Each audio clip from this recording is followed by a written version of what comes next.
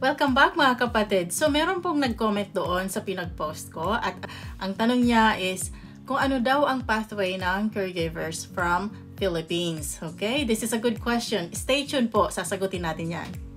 So pinag-search ko na to ahead of time para sa home care pathways, or we call it caregivers.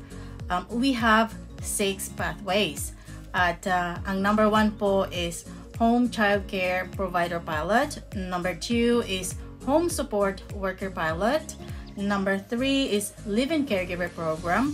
Number 4 is Caring for Children Pilot. Number 5 is Interim Pathway for Caregivers Program. Number 6 is Caring for People with High Medical Needs Pilot. But unfortunately po, these are all now closed. I'm really sorry. But, meron tayong open.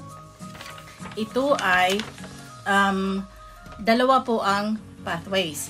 One po is Home Child Care Provider. Pangalawa is Home Support Worker. Pero, ito po ay temporary. So, kung mag-apply kayo as temporary, ang mahalaga lang po ay makapunta kayo dito.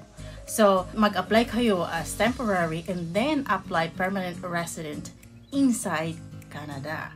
Ang mahalaga, nakapunta kayo dito. Okay? So, para sa number 1 po, ito pa katandaan din na ang NOC na sinasabi, they're always wrong on this code. NOC is National Occupation Classification, kung tinatawag nila is NOC. Ang NOC po para sa Home Child Care Provider is 44100, at para sa Home Support Worker, ang NOC po is 44101. Please take note po, okay?